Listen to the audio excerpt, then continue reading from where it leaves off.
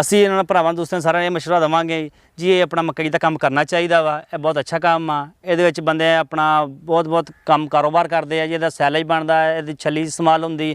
ਹੁਣ ਤਾਂ 2 ਸਾਲ ਤੋਂ ਸੈਲੇਜ ਦਾ ਇੰਨਾ ਕੰਮ ਆ ਜੀ, ਬਹੁਤ ਜ਼ਿਆਦਾ। ਠੀਕ ਹੈ। ਇਹਦੀ ਪੈਦਾਵਾਰ ਪੂਰੀ ਨਹੀਂ ਹੋ ਰਹੀ, ਇੰਨਾ ਕੰਮ ਆ जी, बहुत अच्छा काम है जी ये। बिस्मिल्लाहिर्रहमानिर्रहीम, अस्सलाम वालेकुम। आप सारे दोस्तों को मेरे इस channel village life with Safdar में खुश आमदेद। दोस्तों क्या हाल है, उम्मीद करता हूँ आप खैर खैरियत से होंगे। अच्छा दोस्तों, आज की इस वीडियो में मैं आपको एक ऐसे फार्मर से मिलवाने जा रहा हूँ जिसने मकई की फार्मिंग की हुई है। उसने ये फार्मिंग तकरीबन 13 एकड़ पर की हुई है।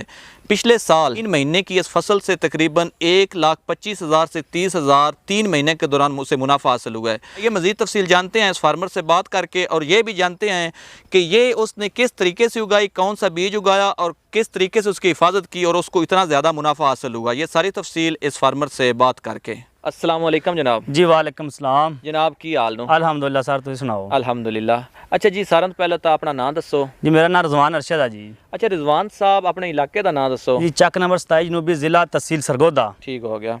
अच्छा माशाअल्लाह रिजवान साहब, तुसी मकई दी फार्मिंग दी कीती हुई सन, ये दसो भी तुसी कितने रकबे ते कीती हुई? जी ये 13 किले अंदर से कीती हुई है जी। ठीक हो गया। तो ये थोड़ी ज़मीन अपनी है या फिर तुसी ठेके ते लई? नहीं, ये सारी साको तकरीबन ठेके ते ही सारी चलती पई है। ठीक हो गया।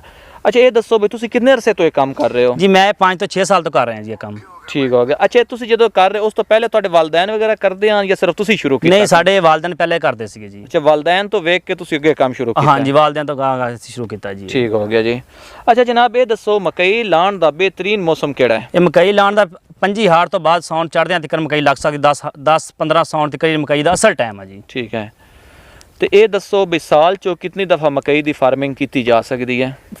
कर अपना कर तो हर 3 महीने बाद हो सकती है। बहरहाल ये फर्क पा जाती है, कोई दाने दे विच, कोई जमात दे विच, किते नहीं भी जमदी। इस दफ़ा असी इधरों पहले मकई लाई है जी 10 हाड़ नूं, उन्हें दाने नहीं चक्या जी। दाना पंप हो गया जी, बहुत मसला बनया सानूं नुकसान होया। ठीक है। बहरहाल 2 मौसम ये है जी। ठीक है। एक है सौण वाला जी, तुहानूं दसदे पे जी।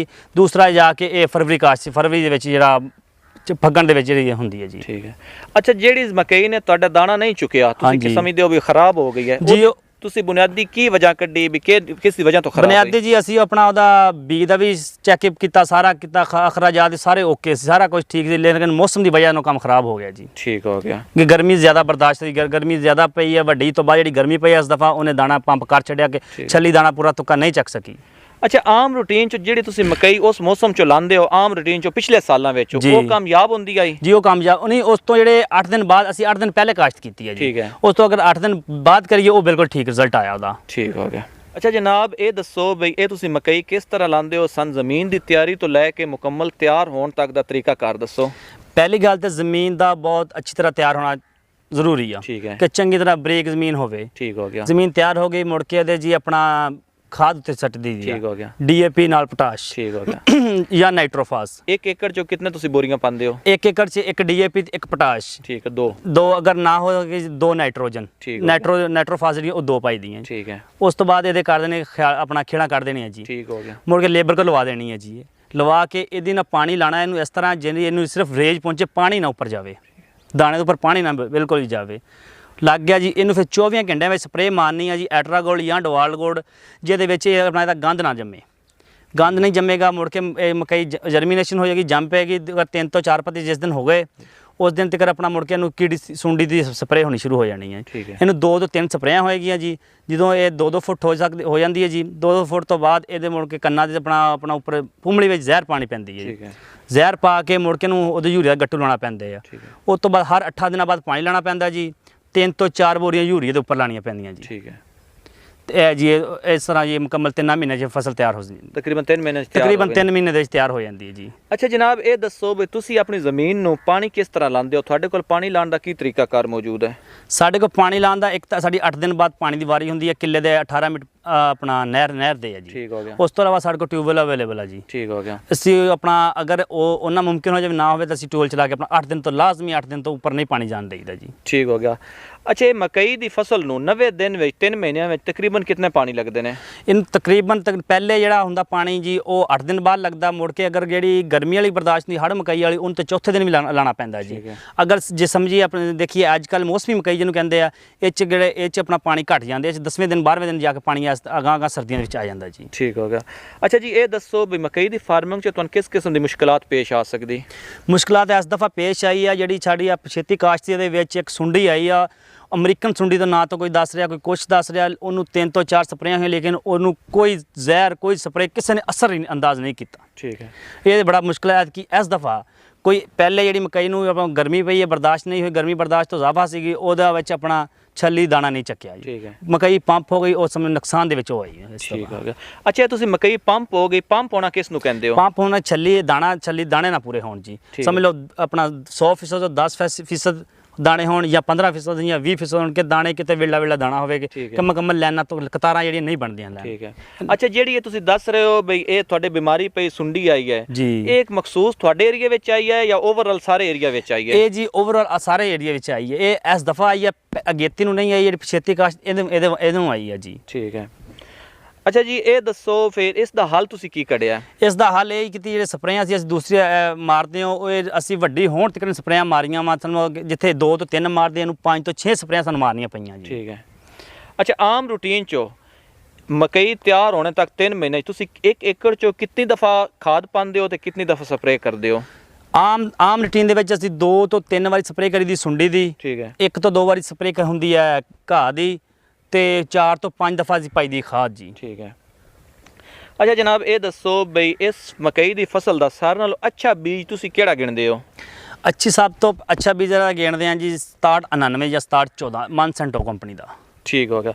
ਤੇ ਇਹ ਤੁਸੀਂ ਕਿੱਥੋਂ ਹਾਸਲ ਕਰਦੇ ਹੋ? ਇਹ ਜੀ ਅਸੀਂ ਪਹਿਲੇ ਚਨਿਓੜ ਤੋਂ ਹਾਸਲ, ਪਹਿਲੇ ਕੱਢ ਤੋਂ ਵੀ ਅਸੀਂ ਲੈਂਦੇ ਰਹੇ ਹਾਂ, ਮੁੜ ਕੇ ਚਨਿਓੜ ਤੋਂ ਵੀ ਲੈਂਦੇ ਰਹੇ ਹਾਂ, ਮੁੜ ਕੇ ਸਾਡੇ ਨਾਲ ਹਮਸਾਇਆ ਪਿੰਡ 30 ਚੱਕ 30 ਨੂੰ ਵੀ ਉੱਥੇ ਆਪਣਾ ਸਾਡੇ ਹੈ ਇੱਕ ਆਪਣਾ ਦੁਕਾਨਦਾਰ, ਉਹਨਾਂ ਕੋਲ ਅਵੇਲੇਬਲ ਹੋ ਗਿਆ ਜੀ। ਹੁਣ ਅਸੀਂ ਇਸ ਦਫਾ 2 ਸਾਲ ਹੋ ਗਏ 3 ਸਾਲ ਉਹਨਾਂ ਕੋਲ ਚੱਕ ਰਹੇ ਹਾਂ ਜੀ। ਤੇ ਇਹ ਬੀਜ ਦੀ ਤਕਰੀਬਨ ਕਿੰਨੀ ਕੀਮਤ ਹੁੰਦੀ?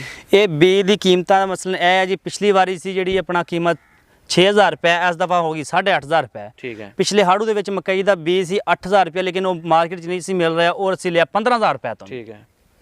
ਅੱਛਾ, ਇਹ 15000 ਰੁਪਏ 1 ਏਕੜ ਦਾ? ਇਹ ਆਪਣਾ ਇਹ ਫੀ ਏਕੜ ਦਾ ਜੀ। ਫੀ ਏਕੜ ਦਾ। ਅੱਛਾ, ਇਹ ਦੱਸੋ ਜਿਸ ਟਾਈਮ ਤੁਹਾਡੀ ਮਕਈ ਦੀ ਫਸਲ ਤਿਆਰ ਹੋ ਜਾਂਦੀ, ਤਿਆਰ ਹੋਣ ਤੋਂ ਬਾਅਦ ਤੁਸੀਂ ਇਸ ਫਸਲ ਨੂੰ ਕਿਵੇਂ ਕਰਦੇ ਹੋ? ਅਗਰ ਸਾਡਾ ਕੋਈ ਸਿਸਟਮ ਬਣ ਜਾਏ, ਸੈਲੇਜ ਵਾਲਾ ਸਾਨੂੰ ਕੋਈ ਅੱਛੇ ਪੈਸੇ ਸੈਲੇਜ ਵਾਲਾ ਦੇਵੇ, ਸੈਲੇਜ ਦੇ ਛੱਡੀ ਦੀ ਹੈ ਜੀ। ਛੱਲੀ ਵਾਲਾ ਦੇਵੇ, ਛੱਲੀ ਵਾਲਾ ਦੇ ਜਾਂਦੀ, ਨਹੀਂ ਤੇ ਅਸੀਂ ਪਕਾ ਲਈ ਦੀ ਹੈ ਜੀ, ਦਾਣੇ ਬਣਾ ਲਈ ਦੀ ਜੀ ਇਸ ਦੇ। ਠੀਕ ਹੋ ਗਿਆ। ਅੱਛਾ, ਜ਼ਿਆਦਾ ਮੁਨਾਸਬ ਕਿੱਥੇ ਫਰੋਖਤ ਕਰਨਾ ਰਹਿੰਦਾ, ਸਾਈਲੇਜ ਵਾਲੇ ਬੰਦੇ ਨੂੰ ਜਾਂ ਫਿਰ ਆਪਣਾ ਦਾਣੇ? ਜਿਹੜੀ ਹੁੰਦੀ ਜੀ ਇਹ ਸੌਣ ਭਾਦੋ ਵਾਲੀ ਮਕਈ, ਜਿਹੜੀ ਅੱਜ ਕੱਲ ਮੌਸਮੀ ਮਕਈ ਜਿਹਨਾਂ ਨੂੰ ਕਹਿੰਦੇ ਜੀ, ਇਹਦੇ ਵਿੱਚ ਹੁੰਦਾ ਜੀ ਆਪਣਾ ਸੈਲੇਜ ਬਿਹਤਰ। ਠੀਕ ਹੈ। ਇਹਦੇ ਦਾਣੇ ਕੰਮ ਨਿਕਲਦੇ ਆ, ਕਿ ਇਹਦੇ ਸਾਨੂੰ ਹੁੰਦਾ ਲਾਲਚ, ਇਹਦੇ ਵਿੱਚ ਅਸੀਂ ਅਗਲੀ ਫਸਲ ਮਟਰ ਬੀਜਣਾ ਹੁੰਦਾ ਜੀ, ਜਾਂ ਕੋਈ ਦੂਸਰੀ ਫਸਲ ਬੀਜਣੀ ਹੁੰਦੀ, ਇਸ ਦਾ ਕਰਕੇ ਅਸੀਂ ਇਹਨੂੰ ਟਾਈਮ ਨਾ ਕੋਈ ਸੈਲੇਜ ਦਾ ਜਾਂ ਛੱਲੀ ਦਾ ਜ਼ਿਆਦਾ ਮੁਨਾਸਬ ਸਮਝਦੇ ਹਾਂ, ਕਿ ਟਾਈਮ ਨਾਲ ਜਗ੍ਹਾ ਖਾਲੀ ਹੋਵੇ, ਨਵੀਂ ਫਸਲ ਕਾਸ਼ਤ ਕਰ ਲਈਏ। ਠੀਕ ਹੋ ਗਿਆ। ਅੱਛਾ, ਇਸ ਮਕਈ ਦੀ ਫਸਲ ਦੀ ਔਸਤ ਪੈਦਾਵਾਰ ਤਕਰੀਬਨ ਕਿੰਨੀ ਹੁੰਦੀ ਹੈ? ਮਸਲਨ ਜੇ ਔਸਤ ਆਪਣਾ ਜੀ ਹਾੜੂ ਦੀ ਜੇ ਗੱਲ ਕਰਦੇ ਪਏ ਜਾਂ ਤੁਸੀਂ ਸਿਆਲੂ ਦੀ? ਤੁਸੀਂ ਸਾਨੂੰ ਓਵਰਆਲ ਸਾਰਿਆਂ ਦੀ ਦੱਸ ਦਿਓ। ਓਵਰਆਲ ਜਿਹੜੀ ਹੈ ਆਪਣਾ ਸਰਦੀਆਂ ਦੀ ਹੈ, ਇਹਦੀ ਹੁੰਦੀ ਹੈ 65 ਤੋਂ 70 ਮਣ ਤੱਕ। ਠੀਕ ਹੋ ਗਿਆ। ਜਿਹੜੀ ਦੂਸਰੀ ਹੁੰਦੀ ਹੈ ਸਾਡੇ ਅਲਹਮਦੁਲਿਲਾ ਪਿਛਲੀ ਵਾਰੀ 115 ਤੋਂ 20 ਮਣ ਤੱਕ ਸਾਡੀ ਜਿਹੜੀ ਹਾੜੂ ਦੀ ਆਈ ਹੈ। ਠੀਕ ਹੈ।